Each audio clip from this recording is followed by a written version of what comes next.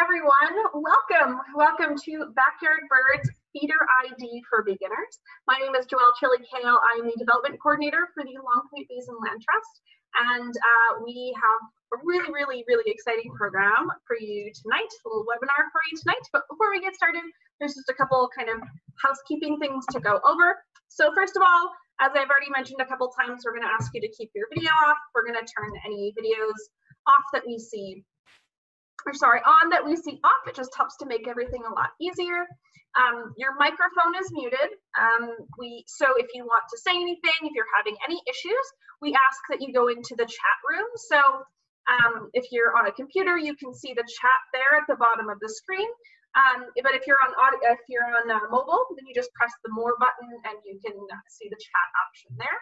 So if you have any questions that pop up, anything you'd like to ask our speakers, any issues, technical issues, anything like that, any types of questions, that's where I'm going to be hanging out. So that's the place to put them, in that chat box. If you can't hear me right now, make sure you hit that join audio button in the bottom left-hand corner, and that will help you make sure that you can hear everything.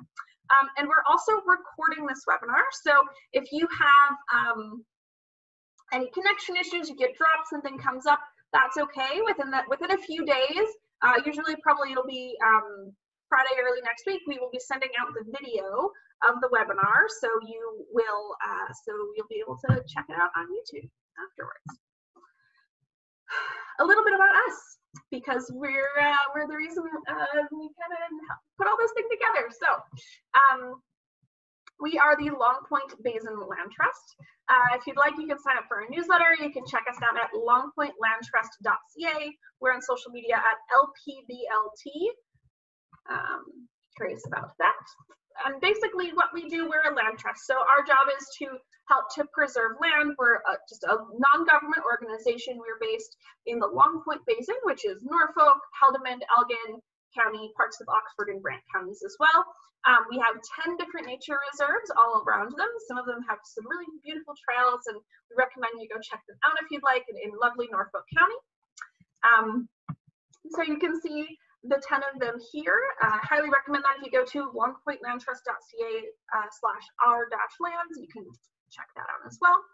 And of course, we would not be here tonight without our incredible sponsors who have done so much to help us out throughout this incredible year. So thank you, huge thank you to our incredible sponsors. And then a couple upcoming things. Our last Explore the Outdoors webinar of the season is coming up at the end of the month, and that is Wilderness Adventures with Adam Schultz. He is Canada's own Indiana Jones. He is incredible. His stories are incredible. I highly recommend that. You can sign up for that again on our website. And one other pretty awesome thing is that we actually have a coloring contest going on right now. So if you're super inspired by birds this evening, you can go ahead and contribute to our coloring contest. And so you can do that on our website. You can go to longpointlandtrust.ca /coloring contest. It's pretty simple. And this was drawn by Megan Hebert, who also gave this really incredible field sketching webinar. And it's very inspiring as well. So without further ado, I am going to stop sharing my screen, and I'm going to introduce Carrie Wilcox. Kerrie is Canada's leader for Project FeederWatch, and she is incredibly passionate about birds and has so many incredible things to share with us tonight. So Kerrie, take it away. Hi, thank you for having me, and thank you everybody for coming. I'm just going to share my screen.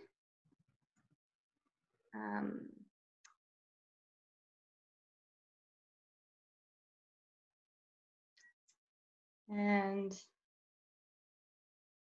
presenter mode.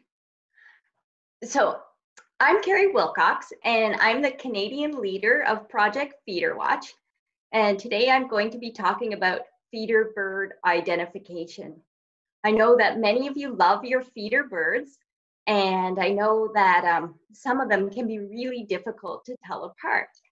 So I also know that, but learning who's who at your feeder can be really fun. And it also is the first step to understanding those fascinating interactions that are happening in your backyard. This webinar is all about getting to know your backyard birds and their behaviors and getting more joy out of your bird feeding experience. I'm also hoping that it may give you the confidence to participate in Project FeederWatch and help us track and conserve our backyard birds. So FeederWatch, I'm just going to give you a little introduction about what it is. So FeederWatch is a really fun program where people count the numbers and the kinds of birds they see at their feeders, and then they send that data to us online or through the FeederWatch app, and it turns people's bird feeding hobby into research for conservation. So counts that we receive through FeederWatch have shown us so much about our winter birds. We've learned about their winter movements across North America. We've seen range expansions and related to warmer winters. We've also found some range contractions in some species like evening growth speaks as well. We also have been able to track conservation efforts and see how that's impacting birds. One great example where FeederWatch is a great illustration is birds of prey. Since the 1970s, they've increased 110% in North America because DDT was banned in the 70s. And so this is FeederWatch data shows a steady increase in Cooper's hawks and sharp-shinned hawks. These are two birds that rely on eating songbirds. And so we see this steady increase on FeederWatch, and it's just a really amazing illustration of how conservation action matters. So FeederWatch began in the late 1970s as the Ontario Bird Feeders Survey, and then it expanded across North America, and we joined forces with Cornell Lab of Ornithology. And now we have 20,000 people that are participating in the US and another 3,500 in Canada. So we have this awesome network of citizen scientists, and we're able to get so much information about our feeder birds across North America. And if you want to learn more about Project FeederWatch, just go to our website. It's birdscanada.org/FeederWatch. And this slide just shows what is in the FeederWatch kit. So now I am going to give you my tips for getting started with feeder bird identification. The first thing I think you should do is to write down everything you can about a bird that you don't recognize, and do that while you are looking at it. And if you have a camera, just snap a quick picture, even a bad one, because we can tell so much about what the bird is by looking at its shape. And if you don't have a camera handy, draw a quick sketch and point to the different parts of the bird and label them. Like point to the head and note if it's a white crown or if it's smooth. So sketching the bird makes you really think about the different parts and how to describe them. And that is really useful for IDing the bird later if you can't identify it right on the spot. My next suggestion is to start with the common birds. And I think a link was sent to everybody so that you can download a tiny version of this poster, which comes with the FeederWatch kit. And it's the top 25 feeder birds in North America. And so most likely, the bird at your feeder is going to be one of these 25 species. And so start with your common birds first before you're looking into more rare birds.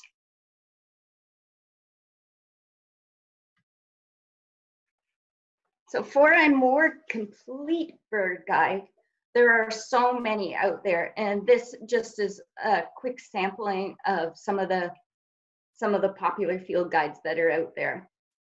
Field guides are awesome because you can see scan so many potential species all at the same time, and they encourage explorative learning. They help you learn which birds are related, and they never run out of batteries. So field guides, this is just a few examples of some of the field guides that are out there.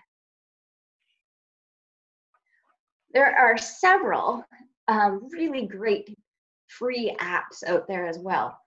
The Merlin app is fantastic. If you're able to get a photo, you can submit the photo to the Merlin app for instant identification, and it will help you narrow down possibilities based on where you saw the bird and any other details you give it as well. So it's a really great app to have with you if you're outside, or if you can snap a photo of the bird at your feeder, that's an awesome place to start too. And I've heard great things about the Audubon bird guide. It's another free app, and it has 821 North American species on it. And I haven't tried this one, but I've heard it's really good as well. So for identifying your bird, there are basically 5 basic things that you need to consider. That's habitat, behavior, size, shape, color, and pattern. And I'm going to talk a little bit more about each of those things. So the first thing you want to do is narrow down where in the world are you. If you're on the far coast of BC, you're probably getting different birds than if you were in Ontario. Take this Anna's hummingbird, for example. Last year, they were reported at 50% of the feeders in BC, and they occur nowhere else in Canada. And Anna's hummingbirds are actually they're expanding their range. They're occurring further and further north, probably related to warmer winters, but they're also expanding into areas like suburban areas where there's bird feeders and where people are planting more habitat in their backyards that's attracting them, more flowering shrubs, and so they're able to survive further north. Also, Steller's jays are only found on the west coast. So the first thing you want to check is where in North America are you, because that will help you narrow down who's at your feeder. So in a typical field guide, your range map is color coded and will have their winter location, their winter range, their summer range, where they can be found during migration, and where they're found year-round. So this will help you eliminate a lot of species right away when you're trying to identify a bird. The next thing to make note of is habitat. If you have fruiting trees nearby, like mountain ash, you can be attracting birds like Cedar Wax Wings and Bohemian Wax Wings. These are 2 species that eat winter berries. Similarly, if you have cone-bearing trees in your yard, you could be attracting things like crossbills, whose bills are specially adapted, crossed, for prying open cones and eating them. So, oh, and I love this photo. It's from a FeederWatch participant. It's of a Bohemian waxwing in Janet Hill in Saskatchewan. Your surrounding landscape has a huge impact on what birds you're going to get at your feeder. For example, if you live in the middle of the city, you will be getting different birds than if you live near a woods. Species like tree sparrows and snow buntings you will only get at your feeders if you have large open fields nearby you. So this will help narrow down your choices as well. And this photo was submitted from Lynn Patty. She's a FeederWatch participant in Toronto, and she participated from the 24th floor of her apartment building. So she had a lot of potted plants and some potted trees, and so she had some habitat on her balcony, and she had bird feeders, and she attracted house sparrows and house finches, and she had a few goldfinches. But all these birds are all species that occur in urban areas. But it was really fascinating to get her data on Project FeederWatch, as we need all habitats.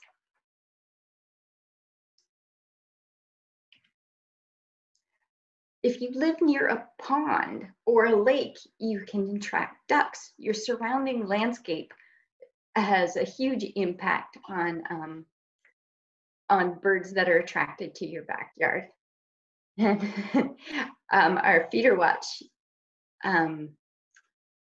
data entry system has a flagging system. It flags any birds that are above average. So a wood duck is not an average bird at your feeder, so any number would be flagged on FeederWatch, and then you're prompted to enter a photo to submit your data. And Marcia Mason submitted this photo of 2 wood ducks at her feeder, which I just thought was a really cool picture, and showed that yes, she really did have wood ducks at her feeder. And it just shows you that your landscape can have a huge impact on who's coming to your feeder. Bird behavior is another really important thing that will help you identify the bird. Is the bird, notice who the bird is with. Are they alone or are they with a flock? A white-breasted nuthatch, for example, is typically alone, and they can often be seen climbing upside down on your feeder. So these are really great clues for identifying them. A fox sparrow will typically be underneath your feeder and scratching on the ground to pick up seeds. And that's a really good clue to identifying them.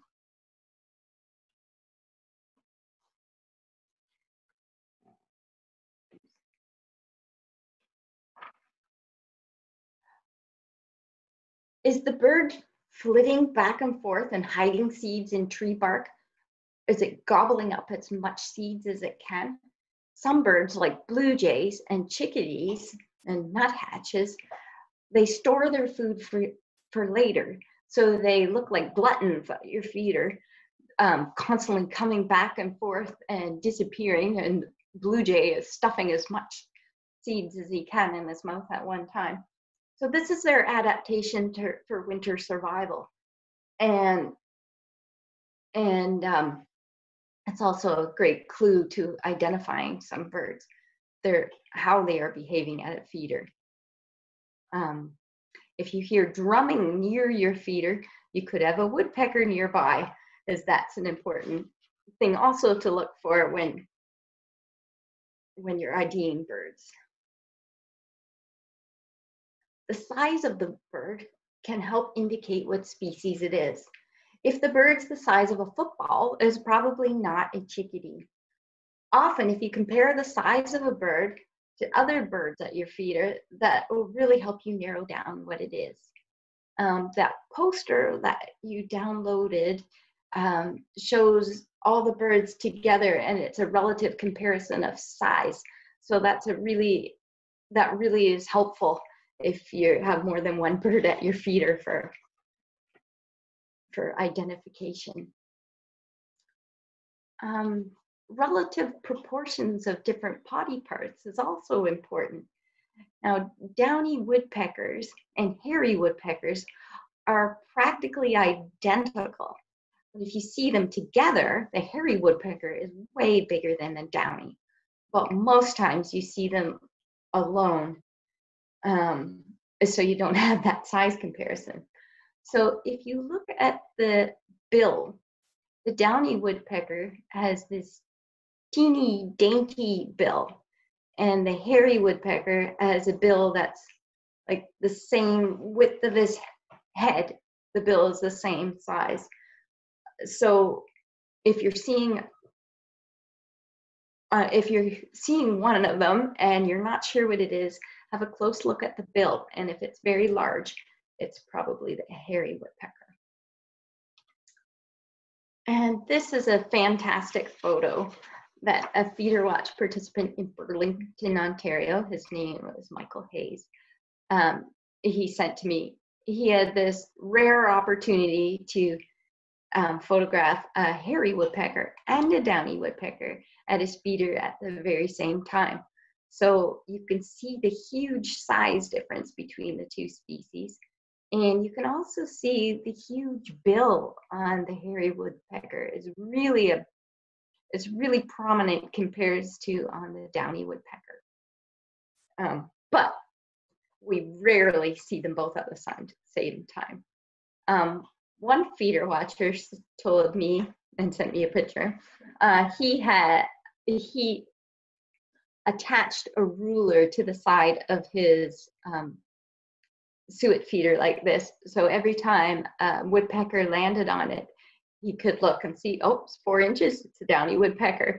And he could identify them very quickly that way. And I thought that was a great little tip for identifying downy and hairy woodpeckers.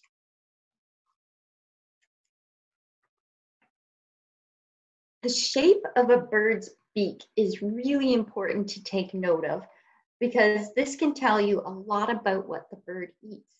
If the beak is hooked, it usually means the bird eats meat and they use their beak for tearing. If the beak is long and pointy, it's probably used for drilling into trees and grabbing insects. If the beak is tiny, like a chickadee's, they're probably just eating small seeds and other small food. Now, the cardinal's bill is serious, and it's for cracking large nuts and also for inflicting wounds on unfortunate bird banders. The long, thin, pointy bill of a hummingbird is for reaching into flowers and getting nectar.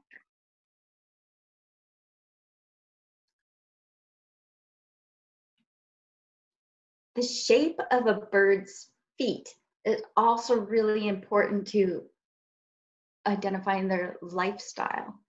Woodpecker's feet, for example, have 2 toes facing frontwards and 2 toes facing backwards. And this is called zygodactyl. And this is perfect for gripping the bark of trees and for climbing up and down trees, and also for climbing up and down your feeders. So if you see a foot like that, it's likely a woodpecker.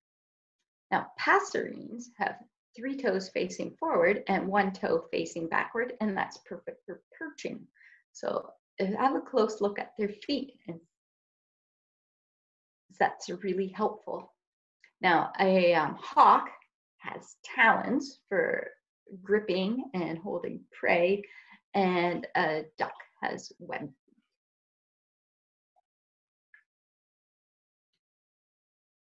Color and pattern is super important when identifying birds. Even if you only catch a fleeting glimpse of the bird, you probably saw the main colors, which will help you with the ID. Some birds have very fine differences, but don't start with those details until you've looked at the overall color pattern.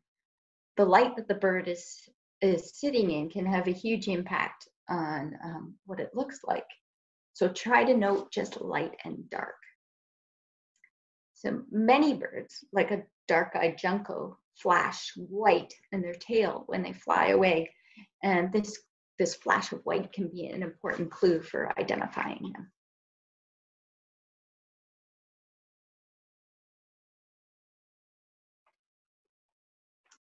It's always important to take note of key features on any bird.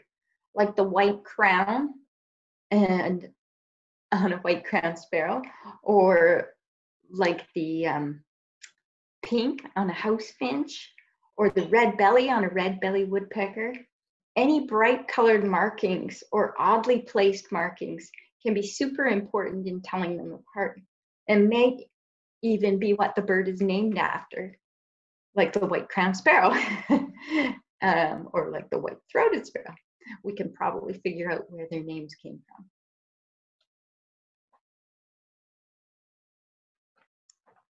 These two sparrows have so many similarities, and they're pretty easy to tell apart when you have adults with bright white plumage. However, they can be tan in color and not white, so it's important to note the color of their beak as well as that yellow patch above their eye on the white-throated sparrow.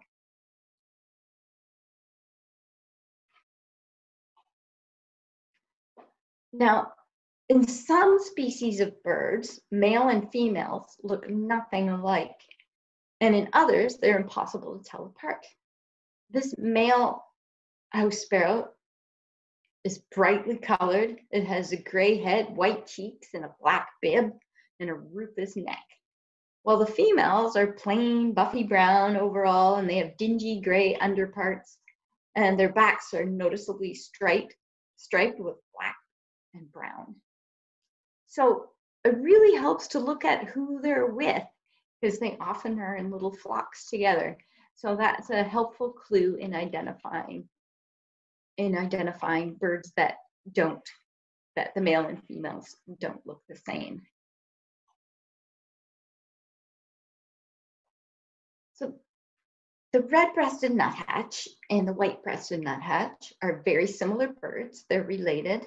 If you have them both at your feeders at the same time, you'll see a very obvious size difference. The white-breasted nuthatch weighs about 20 grams, whereas the red-breasted nuthatch just weighs 10 grams. So it's half the size. So it's important to look at other features on them as well when you're identifying them. Well, look at the color of their breast, look for the wing bars, and it's also important to note the facial markings.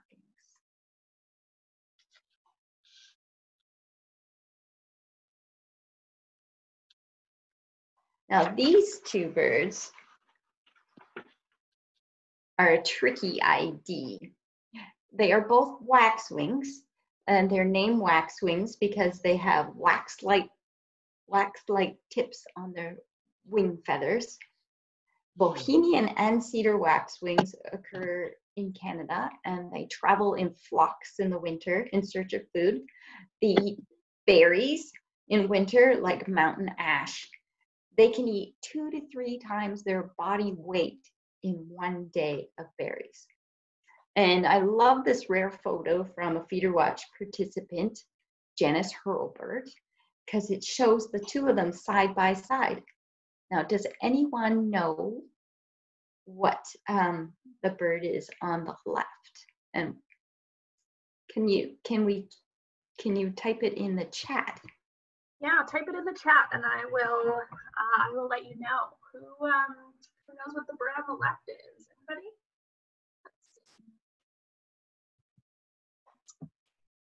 Somebody guessed Bohemian waxwing on the left. Let's see if we get any other guesses. Any other guesses?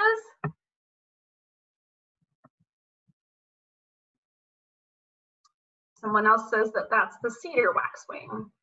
A couple of you, cedar, left one, Buttes, okay. So we've got 1 vote for Bohemian waxwing, and then we've got 3 votes, 4 votes for cedar waxwing on the left. Okay, the cedar waxwing is on the left. The main difference is their size. Their Bohemians are much larger. They both have hooked and notched bills. And Bohemians also have this yellow wing stripe and rufous vent feathers, which is really distinctive when you see them side by side, but they're super hard to tell apart if you see them just in a tree. So I thought that was this really, really cool photo.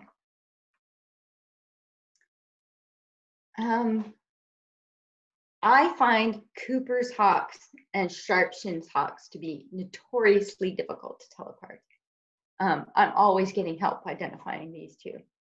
So when you see one, write down some quick notes if it appears at your feeder. Is it blue jay size or is it crow size? What is the shape of the head and the tail? What is the size of the head relative to the body? And what is the coloring on the tip of the tail? You're also supposed to look at the eye placement and where is the center of gravity. Would anyone like to guess which hawk, Sharp-shinned or Cooper's hawk, is on the left? And just type it in the chat. Ooh, okay. Who has a guess? What hawk is on the far left? One says Sharpie. Let's see.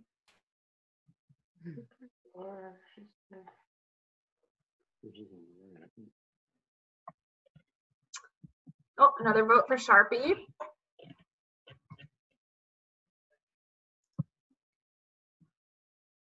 Oh, let's see. 3 votes for Sharpie. Oh, 4 votes for Sharpie on the left, 1 for Cooper's. So we've got so far. Okay. Oh, 2 more Sharpies. Okay. Well, they're right. It's a sharp-shinned hawk. They are smaller than the Coopers. They're about the size of a blue jay. Their tail is typically square and has a narrow white tip. The head appears small compared to the rest of its body, and the eyes are close to halfway between front and back of the head. Sharp-shinned hawks have a broad chest and narrow hips. And sharp-shins typically, what I find helpful is sharp-shins typically hunt smaller birds like a house sparrow, where a Cooper's hawk, their favorite meal is a mourning dove that size. And a Cooper's hawk will eat the equivalent of 1 mourning dove a day. So they can wreak havoc on a feeder. If you're stuck on a bird identification, and whether you're a feeder watcher or not, you can always send me a picture. I have lots of experts in my office that are happy to look at pictures and help with a feeder bird ID. So just send me a photo at Kerrie at birdscanada.org if you have any tricky ones. We also have a Facebook group that you're welcome to. That's a fun place to share ID questions and that kind of thing as well. It's a really great group of people that share bird identification questions, bird feeding questions, and just fun feeder photos. So that's another great place if you're stuck identifying a bird. So now I'm going to just do a really quick bird quiz with everyone. So if you don't mind entering in your chat what you think this bird is. It's probably familiar from earlier in the webinar, and just type your guesses in the chat box. We have 3 votes for Downy, 1 vote for Harry. Oh wait, 5 votes for Downy. 1, 2, 3, 4, 5, 6, 7, 8, 9, 10 votes for Downy, 2 for Harry, 11 for Downy. looks like Downy is winning. These votes are very easy to count. Okay. So yes, got it. Looks like Downy is the overall winner. Okay. Very popular. Yes. So that's right. It's a Downy. This bird is pecking to break open the peanuts at the feeder. It's got a long, pointy a bill, which is indicative of a woodpecker. And you can also see his feet, 2 toes forward and 2 toes back. So it's definitely a woodpecker. And the bill is tiny, it's dainty. So it's not the same length as its head. So that rules out a hairy woodpecker. So good job, everyone. And this next bird is also familiar from earlier in the webinar. And one of the clues for identifying it is that it's upside down. And if you guys could please type your guesses in the chat, that would be great.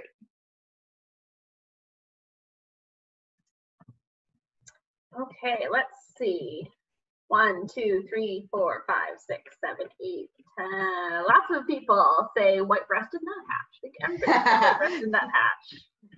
Perfect. Great job, everyone. Yes. So it's got a white belly and it has no facial markings. So it's not a red-breasted nuthatch. And great job, everyone. And this next bird, a quick look at it, shows a really strong bill. And it's got, anyways, if you know this bird, I don't know if we ID'd it earlier in the chat, but I mean in the webinar, if you can type your guess, that would be great. Okay, so we have, seems like everybody is in agreement on woodpecker. Some people are saying, lots of people are saying red-bellied. One said white-headed. Most people are saying red. Oh, there's a red-breasted, red-bellied, red-bellied. It looks like red-bellied woodpecker is the winner at the moment. Is most popular. Yeah. Perfect. It's a red belly. Now you can't always see that red belly on them, but this one is facing nicely for us. And what I like about this red belly at my feeder, every time it arrives, it like announces its arrival with this loud chatter. So if I'm in another room, I hear it arrive, I can grab my camera. So I'm a little obsessed with taking pictures of birds at my feeder. And I can come and see it because it's just the most striking bird I find. So anyways, that's another clue, the really loud chatter when they arrive at your feeder. They're also, they make everybody else scatter. They seem to have a real presence at the feeder. And the other birds seem to be a little afraid of them, probably a lot because of their size. They're just about the same size as a northern flicker.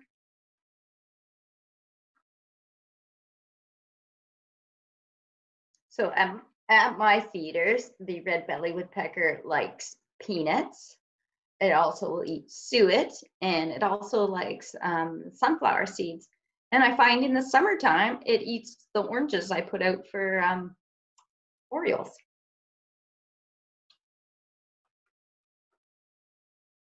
Now, these two are tricky birds, and I don't think we've talked about them earlier. They're both common feeder birds. I had them both at my feeder today. Some clues is to look at their color, the shape of their head. Anyways, if the most, I'm going to say, if you could type in what you think the bird on your left is in the chat, and then we'll talk about what the two species are. Okay, let's see.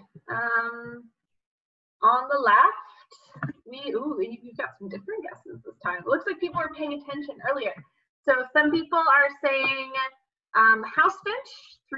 4 people are saying house finch. A couple people have said purple finch. Someone else said, is the one on the right a wren? House finch and purple finch look to be the 2 most popular guesses. I think house finch has most votes. Okay, good job, everyone. So the one on the left is a house finch, and the one on the right is a purple finch. And there are another 2 species that if you don't see them at the same time, you can confuse them. They're pretty similar, but the house finch's head is very rounded and they have a smooth crown, where a purple finch is kind of peaked. And the house finch has a slim body and a long tail, where the purple finch has a plump body and a short tail. But the color on a house finch really varies. They can be quite yellow or quite orange or quite red, and it's related to what they eat, what their coloring is. Now, purple finches are a raspberry color. It's quite a different color. So if you see them both at the same time, it's pretty obvious what the difference is. But the thing I find the most obvious is that big eye stripe, and that eye stripe is really visible on the females as well. Now, most people will be familiar with this bird if you want to do a guess on this one.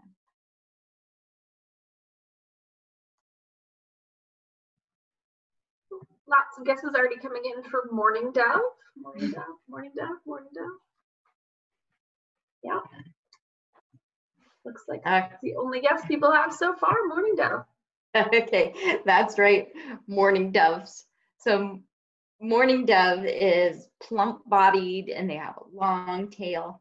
They have short legs and a small bill, and their head looks small compared to the rest of their body. The long pointy tail is what distinguishes them from other doves in North America. And they like mixed seed and they like corn at feeders. And the cold weather causes problems for mourning doves in wintertime. The majority migrate, but more and more seem to be staying north. And almost all mourning doves in Ontario in the winter have at least one frostbit toe. So really cold weather is hard on them.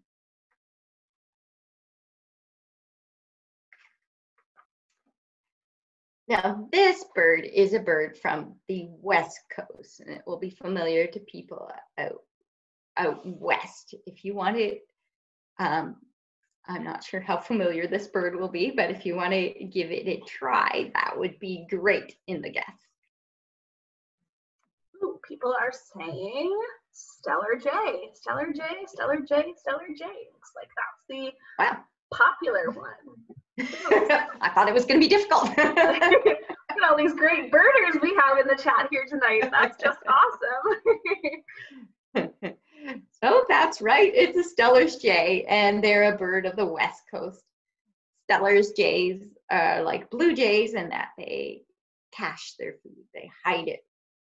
Caching just means that they hide it for later, and it's their winter survival tactic. And it makes them very piggy at feeders.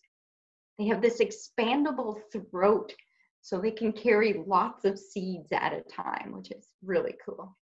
And they're such a gorgeous bird.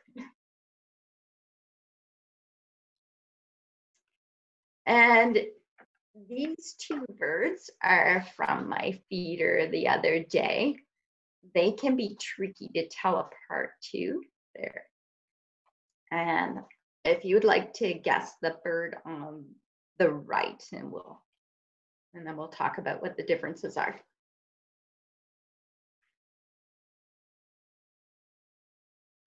So they're guessing the bird on the right this time? Yep. Okay. Just mixing it up. So 3 votes for pine siskin and 1 vote for yellow warbler. Another pine siskin.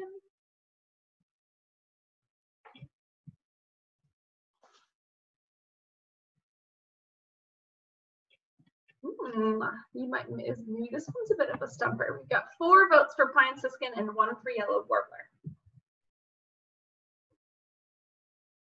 Well, the bird on the right is a pine siskin, and we don't get them very often at feeders because they're one of those boom bust species. They respond to the cone and seed crops up north, and most tree species have a really boom year producing seeds, and then the next year they hardly produce any. So pine siskins only appear on the years when there's very poor seed and cone crop up north. So it's always one of those kind of exciting birds to have at your feeder because they only stay a short time. So pine siskins and goldfinches are both finches, so they're about the same size, but the goldfinch has no streaking, and they have buffy wing bars, whereas a pine siskin has lots of streaking and they have yellow wing bars on their wings. So those are two really closely related birds.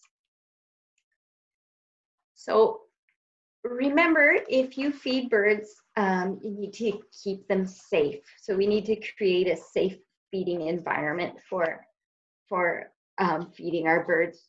We need to clean your feeders every 2 weeks with just soap and water. And if you see a bird that is ill, soak your feeder and scrub it, and use a 1 part bleach to 9 parts water, and that to make sure you totally disinfect it. And also, if you have birds that are sick at your feeder, to take your feeders down for a few weeks so that they'll disperse. You also need to prevent window strikes. And if you put your feeders closer than 3 feet from your window, birds cannot get enough momentum to hurt themselves if they hit your window. So feeder placement's important, and it's also critical to keep cats indoors because cats kill millions of birds each year. So thank you everyone for joining me today, and I hope that getting to know your backyard birds will give you more enjoyment out of your bird feeding experience, and maybe it'll give you the confidence to participate in Project FeederWatch and to turn your bird feeding hobby into research for conservation. So if you want to learn more, and our website has lots of identification help on it as well, visit birdscanada.org/FeederWatch. And we have 2 sponsors of FeederWatch, and that's Armstrong Birdseed and Wild Birds Unlimited. And I also just want to thank Megan Hebert for helping me with my slideshow and for making my cool banner with the blue jay at the top. So thank you, Megan. Awesome. So this is how this is going to work. What we're going to do is we have another really fun kind of little bonus presentation now that's going to go on for a couple of minutes, and then we're going to come back and we're going to all do questions all at once. So I know there's already been some really awesome questions in the group chat, and so we can invite our other presenter, Vicki, on. And so what she's going to do is she is going to tell us a little bit about how she has been so inspired by so many of these beautiful birds, like the ones that Kerrie has been talking about, and how she uses that in her art and things like that. And then, yeah, we're going to all come back together and we're going to answer all of your questions. So if you have questions for Vicki or for Kerrie, you can pop them in the chat, and then in a few minutes we'll all get back together and answer them. Okay, thank you so much, Kerrie, for a really, really incredible presentation. Hi, everybody.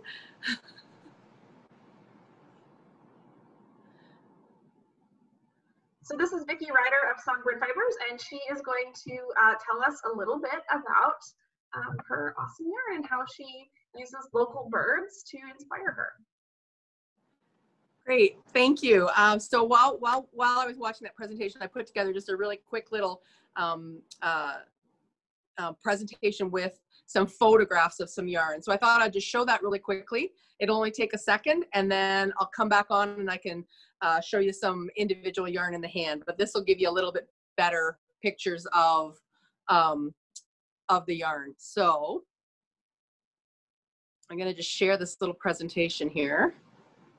Okay, so Songbird Yarn and Fibers. I say where birds meet yarn because what I do is I try to pull out the colors of the bird and use it to inspire the yarn that I dye. I dye different weights of yarn, fingering weight for socks. I dye a yarn for hats. I have a bulky weight and some sparkle weight. Let's see here. Okay, hang on here. It's not working. Just click on the screen again. Sometimes Sue's a little funny with presentations that way. So yeah, it's not wanting to go to the next one. Let's see here. Let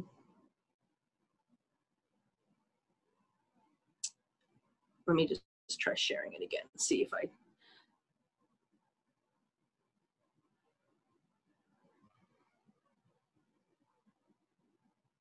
Let's see if that will work now.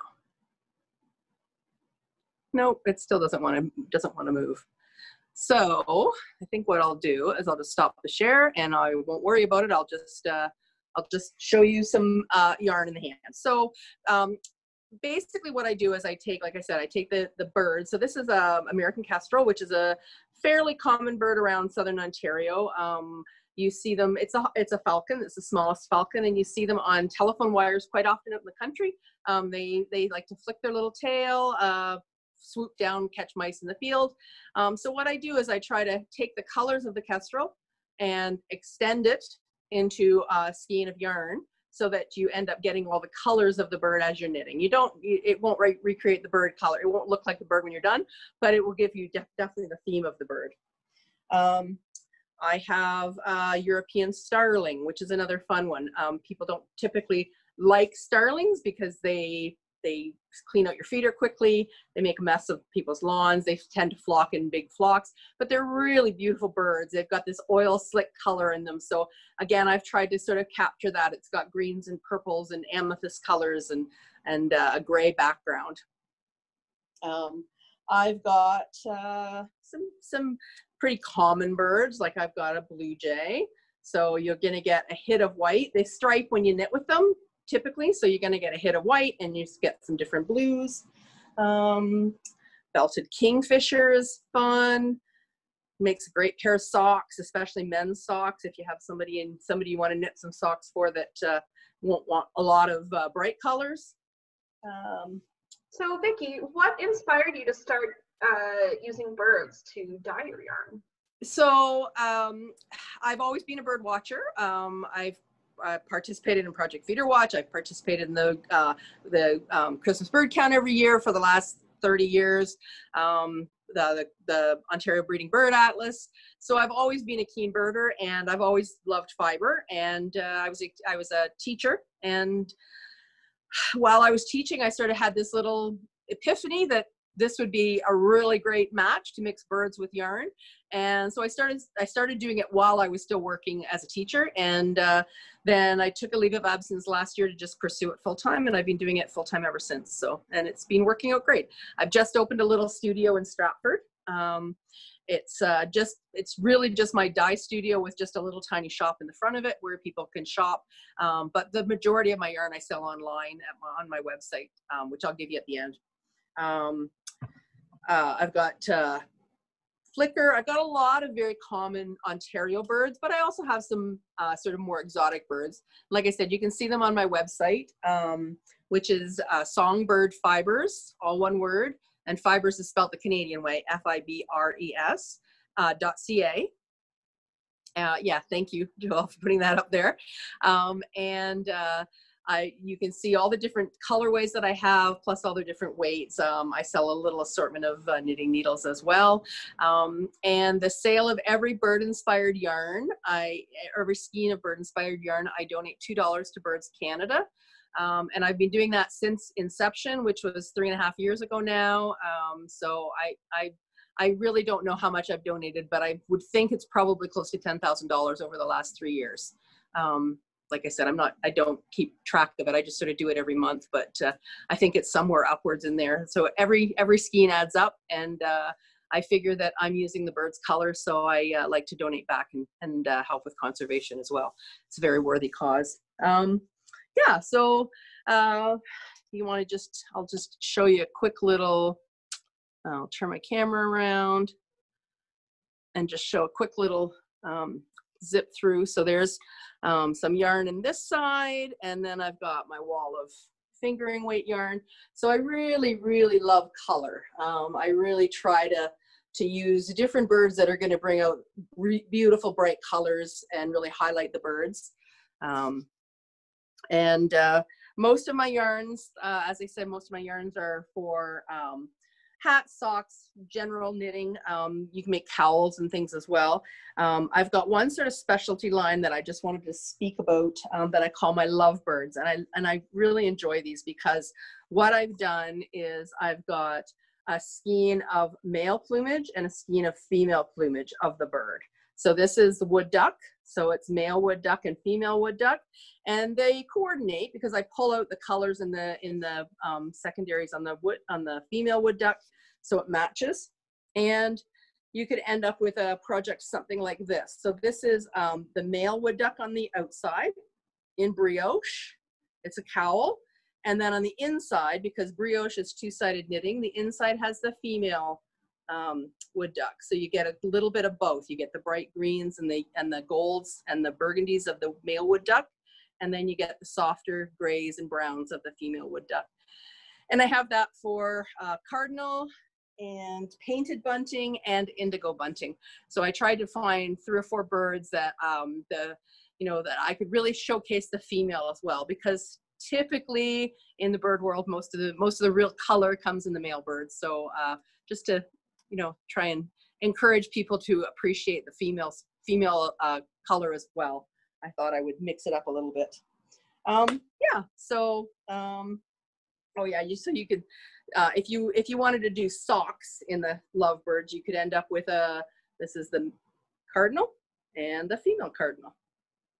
So you can see the difference in the two, and you could end up with a mismatched pair of socks, although they are matching because they're the same bird. It's just the different plumage. And then this is the indigo bunting.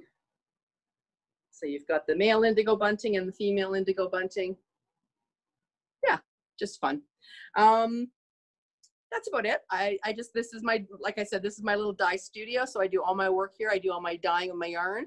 I'm in Stratford. I'm open until Christmas. I'm open most days. I'll be open Saturdays until Christmas. After Christmas, I'll probably be here working, but won't necessarily have the shop open unless you need an appointment to come in. But you can shop online. You can come into the store, whatever. I love having visitors. If you wanted to come in and knit, I'll wear a mask. You can wear a mask, and we can have a little visit. That would be great. Somebody's asked if I sell knitted garments. I don't typically sell knitted garments.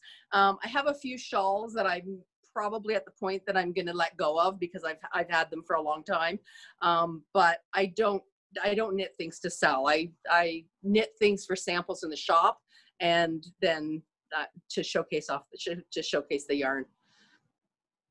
So yeah, and it was so cool for you to show that sexual dimorphism that Kerrie was talking about with birds, right? How the males and females look so different, and it's kind of cool that you had some pretty good examples there.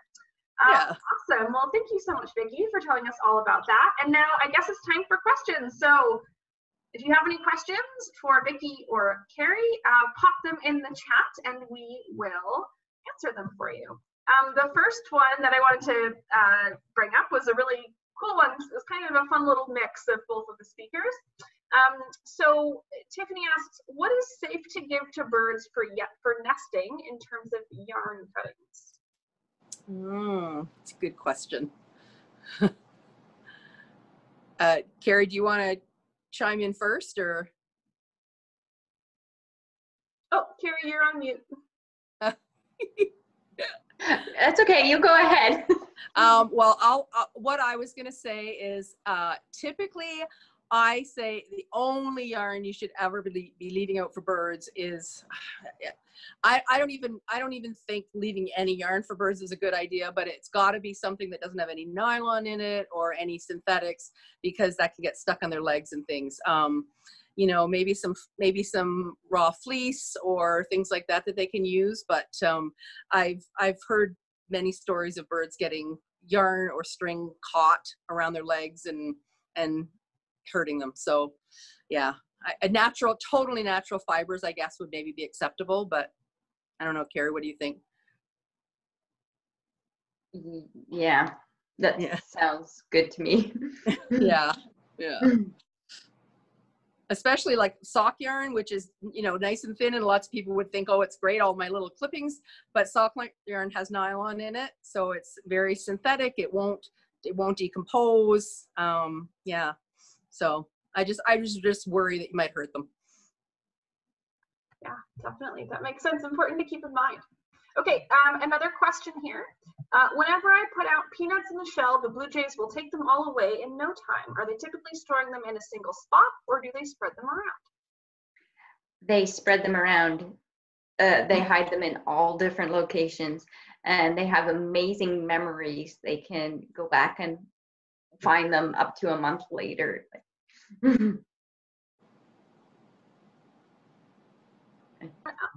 Else asked, why are they called mourning doves? I think it's it's like a morning. They have this soft cooing sound that sounds very sad, and I think that's why it sounds like they're mourning. Right. Yeah. That makes sense. Okay, here's another question. Are grosbeaks very boom and bust? Do they have boom and bust ears? Yes, the evening grosbeaks. So many people are seeing them right now because up north there's a poor cone and seed crop, and the evening grosbeaks are on the move, and I'm got my fingers crossed. There's people around me that have had them at their feeders, but I've never had one at my feeder in the 23 years I've lived here. Yeah, I haven't seen any this year yet, but I do have a huge number of red-breasted nuthatches, which I normally don't have. And yes, they say they're another boom also of the bust one. Right. This year we're gonna have red poles, probably Siskins. Mm-hmm. Yep, the red-breasted nuthatches. An exciting year. Yeah. Here's another question. What is the ideal feeder placement in regards to your window? Closer, like within 3 feet. You want it really close to your window so that they can't get up momentum and hurt themselves. So if a hawk comes in and they flush, they're too close to really hurt themselves. So within 3 feet is the best. And that's also the best for viewing the birds in your backyard. Yeah. I also always sort of figure that if it can't be within 3 feet, then it should be like over 30 feet away, like so that they have time to maneuver away from windows and things. Yeah, that makes sense. Here's another question. How do you attract birds at your feeder for Northwestern Ontario? I get them in the summers, but they all disappear in the winter. So this person in particular is in Northwestern Ontario, but are there any strategies to help in general for summer, winter? Is it different up there? What do you think? By Northwestern Ontario, so like north of Lake Superior, like that far north? Thunder Bay. She's from Thunder Bay in particular, yes. I think that there's lots of potential. The FeederWatch webcam is in Manitouwadge, which is north of Lake Superior, and she has all of the boreal birds there. She just has so many birds at her feeder. It takes birds quite a while to find feeders. They find them by sight. So sometimes if you take your feeders down for a while, it takes new birds a long time to find them. Black oil sunflower seed is the best all-around seed for attracting birds. Most species will eat that. And I would also put out suet, because woodpeckers are super fun to have at your feeder. And I have peanut feeder in a cage, so blue jays can't grab them and take them away. My peanut feeder is so busy with all the nuthatches, and chickadees will go to the peanut feeder as well as all the woodpeckers. So that's a really great one to have too. Great, and that actually kind of goes into a little bit of the next question. So the best feeders and recommended seed. This one in particular was for Southern Ontario urban area. But in general, are there differences in where people are exactly the types of feeders that you would recommend, or is that pretty broad across Ontario? It's pretty broad across Ontario. Different feeders attract different kinds of birds. So black-oiled sunflower is the best all-around attractant. So if you're only putting out one option, that's a great one. And if you use something like a hopper feeder, which holds them in a little tray and it's got a roof over it to keep the seed dry, then you're going to get the birds that perch on the side and grab them. So you'll get all different kinds. I really like my squirrel buster feeder, which is weighted. So if a squirrel jumps on it, it closes the ports and the squirrel can't get at the seed. So that's kind of important if you're in maybe a suburban area where there's lots of squirrels. And I also have one of those wreaths that you put peanuts in for blue jays, but I only put a handful out or a couple handfuls out a day, because if you fill the whole feeder at once, they'll empty the whole feeder at once. You can go through a lot of peanuts quickly. Yeah. Vicki, what's your favorite feeder? Well, I just bought a cylinder feeder. So it's the seed is actually in a hard cylinder. I got it at Wild Birds Unlimited, and it just mounts with a little roof on it. And so it's not really suet. It's much harder than that, but I'm getting tons of chickadees and nuthatches and woodpeckers at it, and they seem to really be working at it. It's taking them a long time to break into it. The other thing I love is my little table feeder. Like I just have a flat area where I just put fairly low to the ground, like 2-3 feet off the ground, and I just sprinkle seed over top of it every morning, and you get all sorts of different birds perching on it. It's fun. It's really fun. Speaking of evening grosbeaks, Paul from Normandale said he had 12 evening grosbeaks yesterday. Oh, I'm jealous. That's awesome. Show, and then they were gone. Yeah, I think if you get one, you get 12, right? Like they tend to come in a flock. Mm-hmm. Okay, so lots of questions and comments about keeping squirrels out of the feeders. Any suggestions for that? Some people said Vaseline. Some people said Vaseline isn't a good idea. What do you think? You can buy baffles for underneath, or hang, just like a cone on the pole so that they can't go up the pole. And the squirrel buster feeders that close, that are weighted, work really well.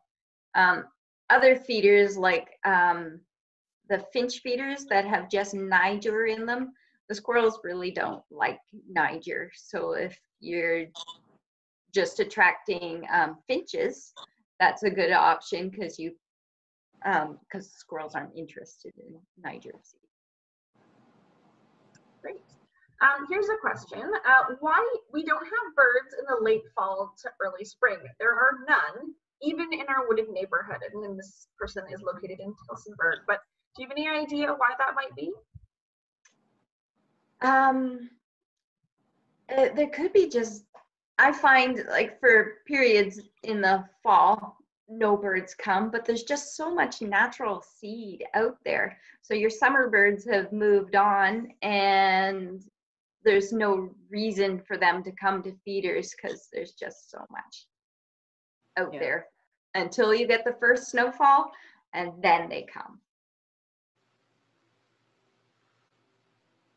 And like you said, you have to be patient. If you put out your feeder one day, you're not necessarily going to get birds at it. It might take a week before you start getting birds coming to it. Yeah, or longer. Or longer, yeah. That makes sense. It also helps to have it, if it's just on a pole in the middle of your backyard, it's not going to be as successful as if it's by a hedge or a tree where they can sort of hide for, like, take cover and then just go down and get seed and come back to their cover. Yeah. Do rose-breasted grosbeaks show up due to migration? They've only seen them in the spring. Yes. Yes, during the spring when they're migrating through, they stop in at feeders.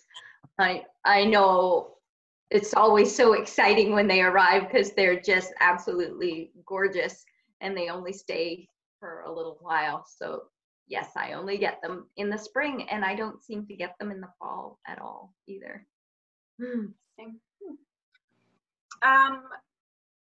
People are looking for suggestions on how to deter house sparrows. They will empty my feeders before any other birds can get to them.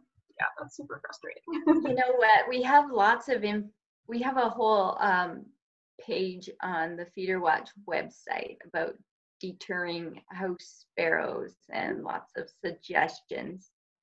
I would think taking your feeders down for a little while, having them disperse, and maybe putting up some different feeders that don't attract them for a little while, like Niger feeders, which are for finches, because house sparrows won't eat those. And maybe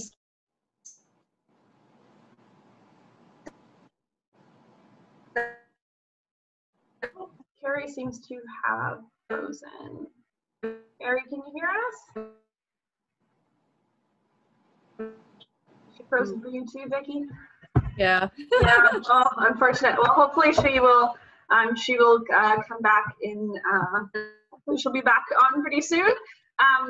Vicki, do you encounter house sparrows a lot? What do you do to help with them? Yeah, I'm in the country. I don't get, I mean, I do have house sparrows, but I get a lot of different sparrows. Like I have a lot of tree sparrows in the winter and, you know, song sparrows and things in the spring. But yeah, I don't get typically a lot of house sparrows. So I guess I'm lucky that way. So I don't know any specific tricks to deter them. I'm so sorry, Kerrie. It looks like you were cut off there. Had a little bit of technical problem. You were kind of frozen for a second. So I think we got through about half of what you had to say. You were talking about how you have some specific tips for house sparrows on the Project FeederWatch website, and then how you suggest the feeders with Niger in them. Yeah, I was just suggesting using some house sparrows like the mixed seeds, the ones with corn and those kind of things. So if you just put out some feeders that they don't like the seed, like Niger feeders, and try the peanut one in the cage because they can't access that. So for a little while until they disperse, and then maybe you could try putting up your other feeders again. Awesome. Catherine wants to know about homemade suet. Do you recommend it? Do you have any recipes? What do you think?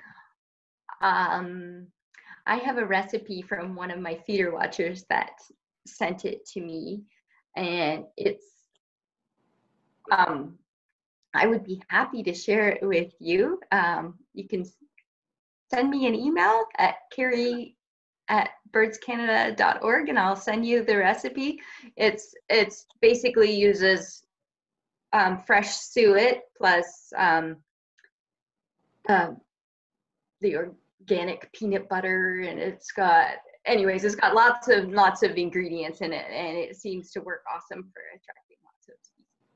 And yes, I do recommend a homemade suet in the winter time, but not in the summer because it can go rancid with warm temperatures. So in the summertime, I would recommend buying one of the 4 seasons suet, one of the pre-made ones. Good to know. Okay, Jennifer wants to know if it is important to supply water, to provide a water source for birds in the winter. Yes, and that attracts so many additional species that you wouldn't necessarily get at your feeders. So yes, all birds need water, and that would be a fantastic thing to add to your backyard. And you can get ones that are heated so that they can be used year round. That was my next question.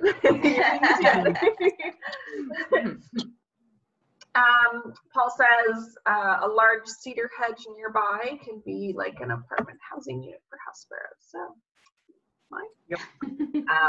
Katie wants to know if you can recommend a free app for bird songs. For bird songs, I do not know one off the top of my head for bird songs. The one I use isn't free, but I think it was only $12 or $13 forever, and that's the Sibley one, and it's got bird song for every different species and quite a few different birds as well, and really like it. Mm-hmm. But yeah, it's not Sibley free version 2. Yeah. About the same, $12, $13 is about the same price as buying a field guide, maybe even a little bit, exactly. Right? So if you think about it that way. Well, and the Sibley app is a field guide too. It's a fabulous field guide, so you get everything in it. Cool, a digital field guide to bring along with you. Mm-hmm. Somebody recommended BirdNet.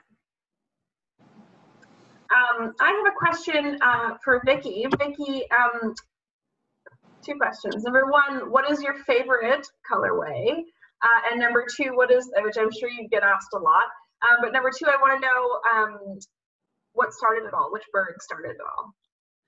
Oh, okay. So I think, favorite bird changes all the time. I think it's great blue heron though. It's probably my favorite colorway.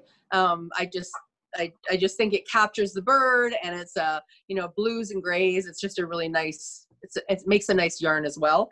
And the bird that started it all was belted kingfisher. That was my very first colorway, and it's changed a little bit since I first dyed, just because I've become a better dyer and I know how to mix colors more accurately, so that the colors have gotten to be more true to the bird. But yeah, belted kingfisher was my first colorway.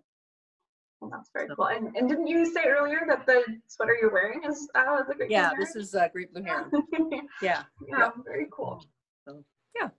Okay, well, I think that is all the questions that we have for tonight. I want to thank all of the participants for being so awesome and fun and interactive. We had a really great chat going on. And of course, I want to thank our 2 incredible presenters tonight, Vicki of Songbird Fibers and Carrie of Project FeederWatch Canada. You 2 are both fabulous. I learned something. I think a lot of other people did too. This was super fun. So thank you so much for coming. Thanks again to all of our incredible sponsors. And for everybody that is attending, we will be sending you an email sometime within the next few days. Sometimes it takes a little while to edit the videos and get all of that done. And so stay tuned. You'll get an email from us with links in the video and all of that kind of fun stuff. And we hope I hope you have a really great rest of your evening. Thanks again, ladies. Thank you. Thanks, Joelle. Thanks everybody in the Carrie. chat. Yeah. Okay. Bye. Okay. Bye.